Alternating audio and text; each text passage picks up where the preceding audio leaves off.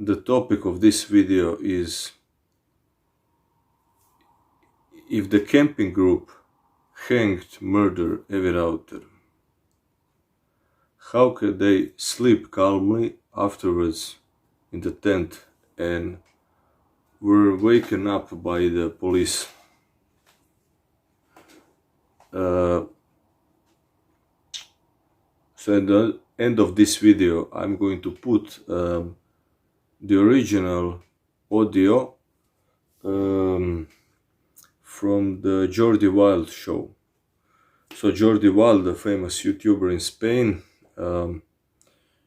it's exactly the same podcast where Carles Porta of Los Crims did talk about the case of La Noia de Portbou, which I saw, and that's how I got involved with the case. So I recommend the Jordi Wild podcast, and I hope he doesn't mind that I use the audio from his podcast, because I have to make a point in this video. In the audio that's at the end of the video, there's this journalist and writer who wrote a book about some crimes and the people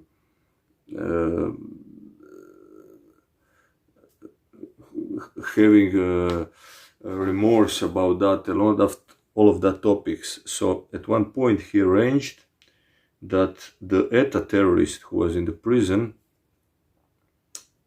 has a lunch with a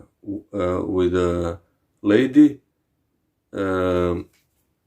whose husband was a victim of the ETA assassination. So the killer of ETA, who murdered her husband, the journalist arranged that the lady and the murderer have a lunch together and like discuss this topic, and I don't know, like the details how that was arranged, but so the killer of her husband was sitting at the lunch table, and the lady was asking him after some time about the details, how her husband was murdered and all of that, how it was planned, and she asked him, "What did you do?" The killer, she asked the killer of her husband, "What did you do afterwards?" And he said, "I went home and I just slept." She said, "But I went home and went to sleep." And she said, "Could you sleep? How did you sleep that night?" Thinking that maybe he couldn't sleep because of the of the impact that it had on him. But he said, no, I was sleeping like a log. I was sleeping like a log because he had so much adrenaline, and when the adrenaline went down, he went to sleep. And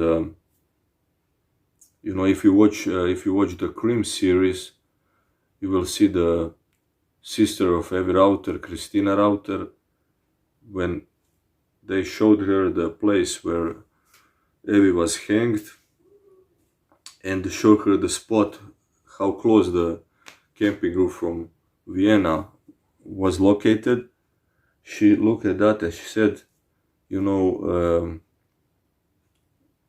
it's not possible that they did it, because they were sleeping there. They were awakened by the police. And she didn't take that into account.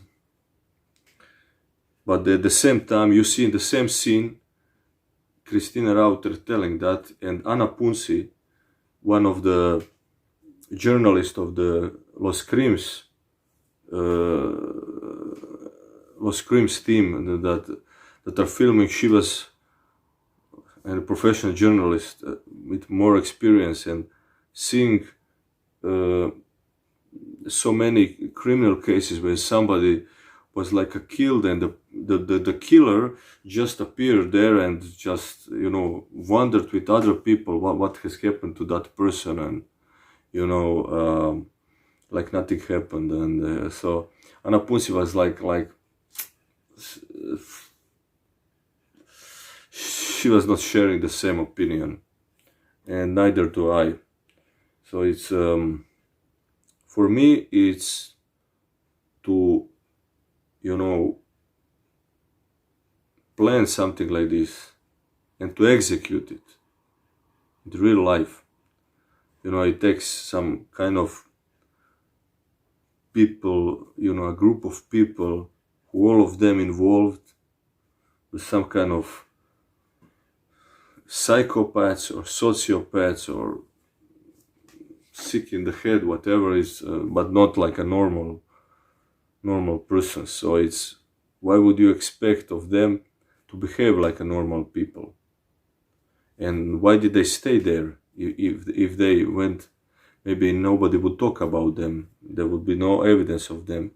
But in their eyes, they said they thought there is, that option is closed, because if they came there and build a tent and then do the murder and then, you know, ran away, it's like they could be seen by somebody, like poor boy is small, and then it would be like they came there and they went out and there is a body there. So it's, they didn't do that. They planned it. They left many clues, and but it's a sure thing that they have planned that for a long time. Thank you. So listen to this original audio. ¿Qué hiciste? ¿Esa noche pudiste dormir?